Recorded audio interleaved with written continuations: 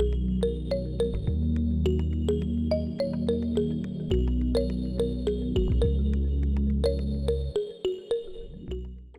and welcome back to Off the Post. In today's episode, I'll be discussing whether or not Everton are the silent underdogs of the season.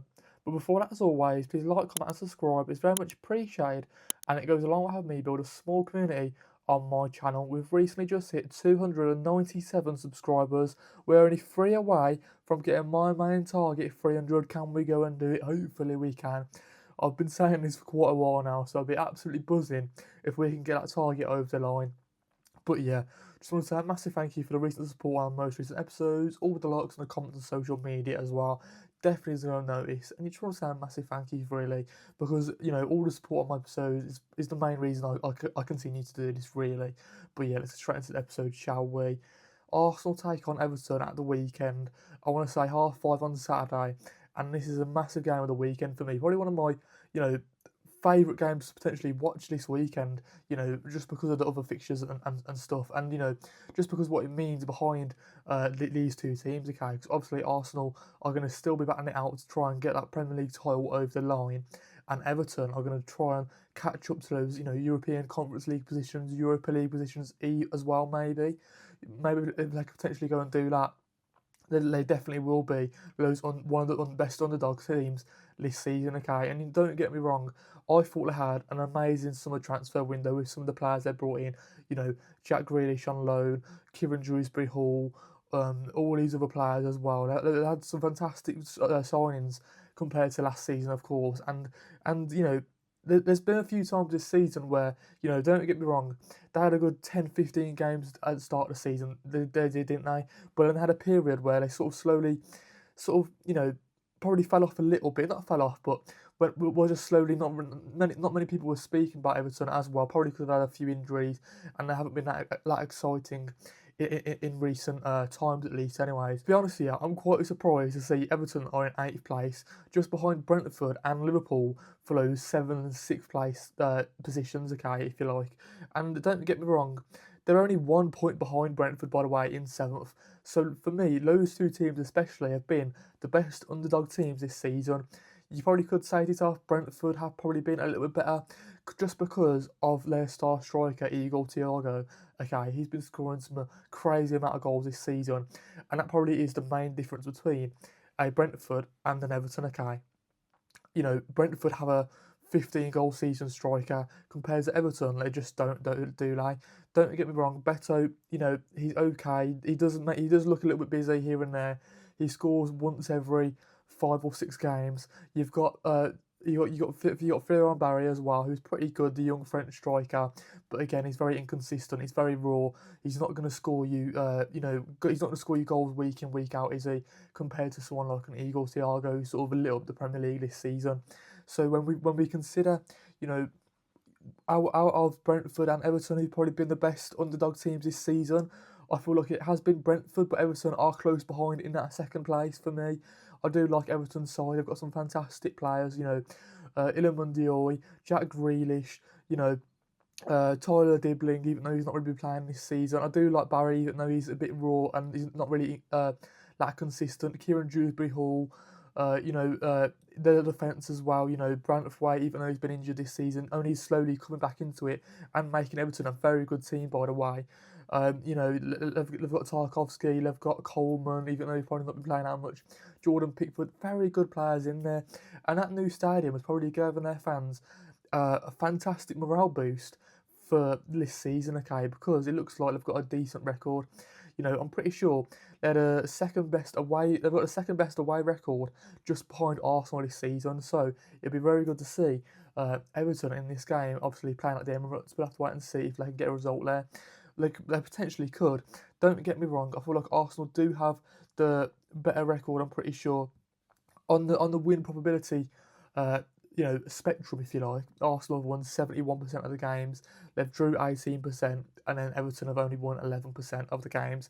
So from that point of view, you probably would have to predict Arsenal to win this game. If you look at the last 5 games as well, I'm pretty sure Arsenal have won their last 4 games out of the last 5 in the Premier League. They've recently won against Mansfield Town in the FA Cup as well, 2-1. Abriches scoring a rocket, wonder strike if you like, top corner, absolutely amazing. Abriches sort of coming into his own this season now after having inconsistent spells, not really performing, not really doing much, not really dictating the game as well as you probably would expect them to do at the start of the season. But you never know, if he does start against Everton, he's definitely ones to watch out for. Like, he might have to, man mark, or, put 2 men on him to sort of mark him out the game, if you like. But we'll have to wait and see how David Moyes sort of approaches this game against, Arsenal and Mikel Arteta. Because will they be holding out for a draw? Will they be holding out for trying to get one of those counter-attacking goals, potentially sell the 3 points? Maybe, I don't know. They've definitely got they're definitely more than capable of doing it. For me, this season, a lot of Everton fans online and other fans elsewhere have been a bit negative towards David Moyes, saying like they want to potentially see him getting sacked, just because he doesn't play the most outstanding football. He doesn't play. His philosophy isn't that attacking, if you like. He's more based about getting results. I've seen that with the likes of the Everton team years ago. We've seen that with West Ham a few years ago as well, when they won the Conference League and whatnot. His philosophy isn't all about attacking, is it? It's about getting results, grinding out results. So you can see the reasons why Everton fans haven't been happy, but it's that old debate, okay, where with those mid-table club teams, where do you want a manager to get you results, or do you want a manager to play attacking football and potentially lose the game? Do you want to potentially outscore the other team to try and potentially get those 3 points over the line? But it's just a massive risk, isn't it? Because when you want an attacking manager with an attacking philosophy, it doesn't always end well. We've seen it with there's multiple cases where it just hasn't ended up well, has it? Even Everton, you can say like Marco Silva, Carlo Ancelotti. He's probably not like attacking. He's probably more relatable to David Moyes than anybody else on that list. But I think that Everton, they're trying to take one step forward between playing attacking football with all these attacking managers, and it doesn't end well, and they always reverting back to a David Moyes type manager. Obviously, they had Sean Dyche a few years ago. They had Carlo Ancelotti. They had David Moyes now. They've always sort of done better under those managers who play more defensive style football, and then being able to score goals from the counter attack. So let me know in the comments down below, Everton fans, what's sort of gone wrong with David Moyes this season? Why do you want to get him out of your club? Is it time to move him on? Is it time to stick with him? For me, I would stick with him. You're in 8th place. For me, you're in 8th place in the Premier League. This has probably been one of your best years in the Premier League in recent seasons, okay? You've been in the relegation battle now for like 3 or 4 years.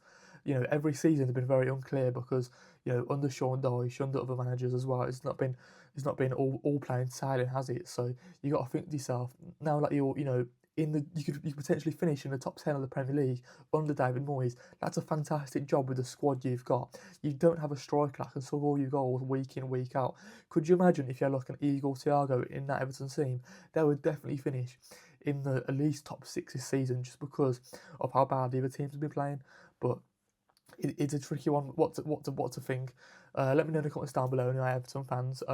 Let me give a quick score prediction on this game. For me, the best case scenario for Everton would be like a 1-1 draw.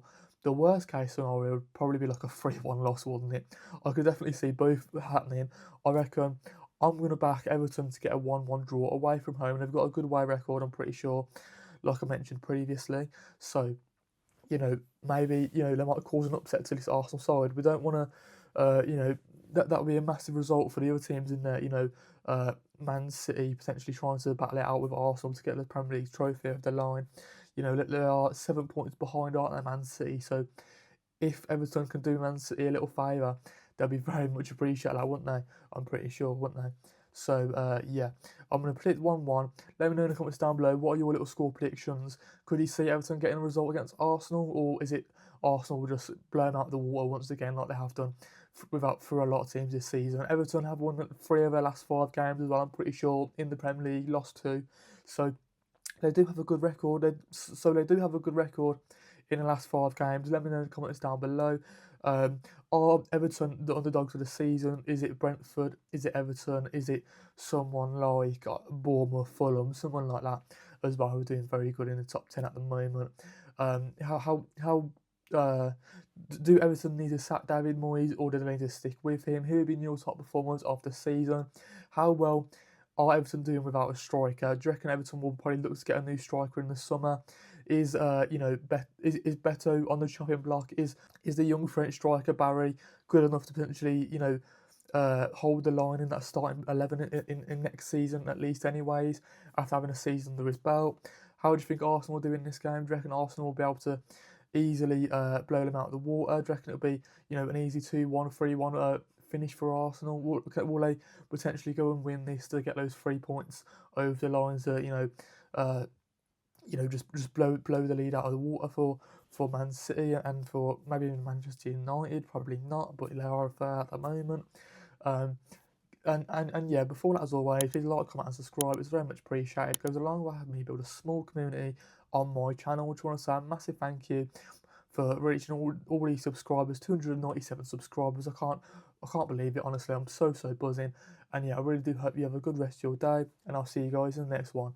Peace out.